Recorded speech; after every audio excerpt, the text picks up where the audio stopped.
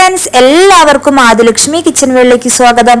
ഇന്ന് നമുക്ക് ഒരു മധുരമായാലോ, കേസരി. അപ്പൊ എങ്ങനെ ചെയ്യാൻ നോക്കാം. 3-4 വലിയ ടീസ്പൂണ് നെയ്യ് ഒരു പാത്രത്തിലേക്ക് ഇട്ട് കൊടുക്കുക. അതിലോട്ട് കശുവണ്ടി പരിപ്പും ഉണക്കമുന്തിരിയും ചേർത്ത് വറുത്തെടുക്കുക.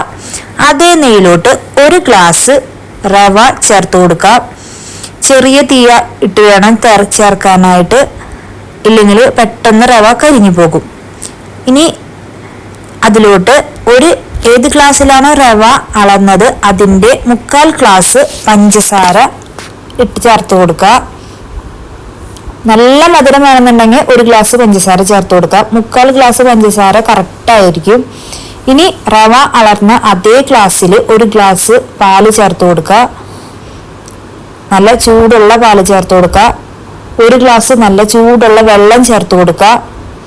1/2 ഗ്ലാസ് വെള്ളത്തിൽ കുങ്കുമപ്പൂവും ചേർത്ത് അതും കൂടി ചേർത്ത് കൊടുക്കുക. അങ്ങനെ നമ്മൾ 2.5 ഗ്ലാസ് വെള്ളം ചേർത്ത് കൊടുത്തിട്ടുണ്ട്. ഇനി ഇതിലോട്ട് 1 ടീസ്പൂണ് ഏലക്ക പൊടിച്ചതും 1 പിഞ്ച് ഉപ്പും ചേർത്ത് നന്നായി ഇളക്കി കൊടുക്കുക. കേസരിക്ക് കളർ കിട്ടാൻ വേണ്ടി ഞാൻ കേസരി കളറ് ചേർത്തിട്ടുണ്ട്. നിങ്ങൾക്ക് വേണമെന്നുണ്ടെങ്കിൽ സ്കിപ്പ് ചെയ്യാം, മഞ്ഞൾപ്പൊടി ചേർക്കാം കേട്ടോ. അങ്ങനെ നമ്മുടെ കേസരി ഒരു വിധമൊക്കെ നല്ല വെള്ളമൊക്കെ വറ്റി വന്നിട്ടുണ്ട്.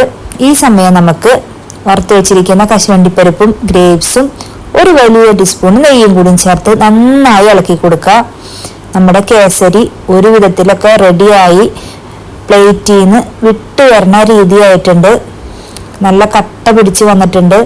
നമ്മുടെ കടായിൽ ഒട്ടാത്ത രീതിയിലായി വന്നിട്ടുണ്ട്. നമ്മുടെ മരത്തവിന്ന് കേസരി വീഴുമ്പോൾ ആ മരത്തവിയിൽ ഒരു കേസരി ഒട്ടാത്ത രീതിയിൽ നമുക്ക് കേസരി കിട്ടിയിട്ടുണ്ട്. നമ്മുടെ കല്യാണ വീട്ടിലെ കേസരി ഇങ്ങനെയാണ് ഉണ്ടാവുക. അടിപൊളി ടേസ്റ്റാണ്. ഇനി നമ്മൾ ജസ്റ്റ് ഒന്ന് തടവി കൊടുത്താൽ അതേ ഷേപ്പിൽ ഇരിക്കും. കണ്ടില്ലേ? നമുക്കൊരു പാത്രത്തിലിട്ടിട്ട്, ഷേപ്പുള്ള പാത്രത്തിലിട്ടിട്ട് അതേപോലെ തന്നെ വെച്ചാൽ നമുക്ക് കേസരി സൂപ്പറായിട്ട് കിട്ടും.